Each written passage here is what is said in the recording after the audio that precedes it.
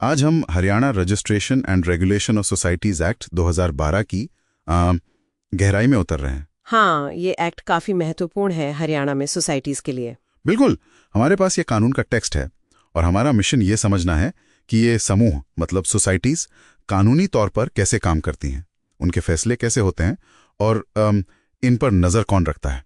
ये सिर्फ कानूनी भाषा नहीं है, देखा जाए तो ये संगठनों के काम करने का एक पूरा ढांचा तैयार करता है। सही काम। तो चलिए इसे खोलकर देखते हैं। अध्याय 2 से शुरू करते हैं, परिभाषाएं।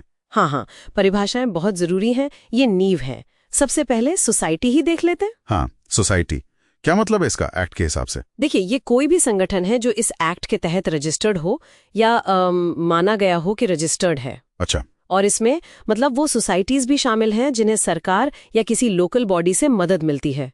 State aided society. हाँ, स्टेट एडेड सोसाइटीज, ये अलग से क्यों बताया गया? इसका क्या मतलब है? दरअसल सरकारी मदद मिलने का मतलब अक्सर ये होता है कि उन पर कुछ अतिरिक्त नियम लागू होते हैं और निगरानी भी थोड़ी ज्यादा हो सकती है। समझ गया।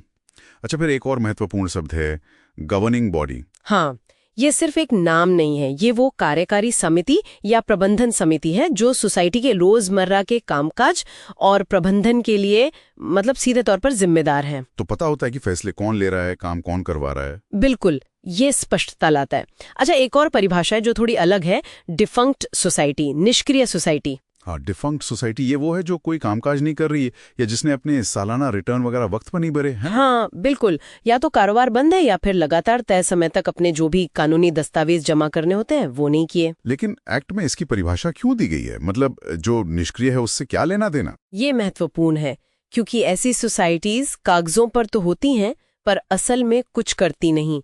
ये भ्रम पैदा कर सकती हैं या संसाधन ब्लॉक कर सकती हैं, तो डिफंक्ट की परिभाषा से इनकी पहचान होती है। अच्छा, ताकि उन्हें या तो बंद किया जा सके या फिर से सक्रिय करने की कोई प्रक्रिया शुरू की जा सके।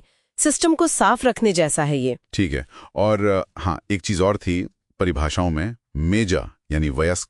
एक्ट के हिसाब से ये 21 साल या उससे ज्यादा उम्र का व्यक्ति है। हाँ, ये भी दिलचस्प है क्योंकि आमतौर पर वयस्कता की उम्र 18 मानी जाती है। शायद सोसाइटी के प्रबंधन में ज्यादा परिपक्वता की उम्मीद रखी गई है। हो सकता है। अब आते हैं बड़े फैसलों पर, स्पेशल रेजोल्यूशन या विशेष संकल्प। हाँ, ये बहुत महत्वपूर्ण है। इसके लिए कम से कम 40% सदस्यों का उपस्थित होना जरूरी है जो वोट दे सकते हैं। और फिर उनमें से भी 3/5 हिस्से का मतलब 60% का प्रस्ताव के पक्ष में वोट देना जरूरी है। ये तो काफी ऊंची जरूरत है। सिर्फ साधारण बहुमत क्यों नहीं, 50% से ज्यादा? हाँ, ये वाकई एक ऊंची दहलीज है और ये जानबूझ के रखी गई है। अच्छा, क्यों? इसका मकसद है कि सोसाइटी के जो बड़े अहम फैसले हैं उन पर सिर्फ कुछ लोगों की मर्जी ना चले, एक व्यापक सहमति बने। हाँ, ये बात तो है, मतलब ज्यादा लोग सहमत हो। बिल्कुल। और ये अल्पसंख्यक सदस्यों के हितों की रक्षा भी कर सकता है। हाँ, लेकिन इसका एक दूसरा पहलू भी है। क्या? अगर सदस्य बहुत सक्रिय नहीं है तो 40% कोरम जुटाना और फिर 60% बहुमत पाना मुश्किल हो सकता है। हाँ, ये भी है। तो फैसले अटक सकते हैं। सही। तो ये एक संतुलन बनाने की कोशिश है, सहमति बनाम व्यावहारिकता। ठीक है। तो ये परिभाषाएं हमें बताती हैं कि सोसाइटी क्या है, कौन चलाता है, निष्क्रिय कब होती है और बड़े फैसले कैसे होते हैं। लेकिन इन सब पर नजर कौन रखता है? Section 3, registrar general. हाँ, सेक्शन 3 कहता है कि सरकार एक रजिस्ट्रार जनरल ऑफ सोसाइटीज नियुक्त कर सकती है। और खास बात यह है कि ये अधिकारी भारतीय प्रशासनिक सेवा यानी आईएएस का सदस्य होना चाहिए। हाँ। आईएएस अधिकारी ही क्यों, कोई और क्यों नहीं? क्या ये सिर्फ एक प्रशासनिक पद है?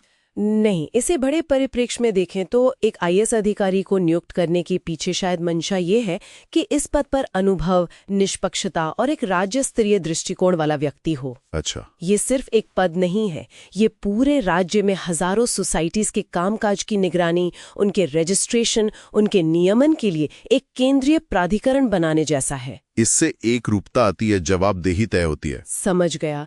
तो रजिस्ट्रार जनरल को काफी शक्तियां दी गई होंगी एक्ट में। हाँ, उन्हें एक्ट के तहत काफी शक्तियां और कर्तव्य सौंपे जाते हैं ताकि वो ये भूमिका ठीक से निभा सकें। तो संक्षेप में कहें तो ये एक्ट न सिर्फ सोसाइटीज के लिए नियम और परिभाषाएं तय करता है, बल्कि उनकी निगरानी के लिए एक मजबूत केंद्रीय अधिकारी जो आईएएस हो उसे भी नियुक्त करता है। बिल्कुल, ये सब मिलकर राज्य में इन संगठनों के व्यवस्थित कामकाज का आधार तैयार करते हैं। तो ये तो हुई नियमों और संरचना की बात। हाँ, पर यहाँ एक सोचने वाली बात निकलती है। क्या? हमने परिभाषाएं समझ ली, निगरानी की संरचना देख ली, लेकिन जब कोई नई सोसाइटी रजिस्टर होती है या कोई पुरानी भंग होती है, तो वो जो असल प्रक्रिया होती है, हाँ, वो प्रक्रिया इन नियमों और परिभाषाओं को कैसे दर्शाती होगी?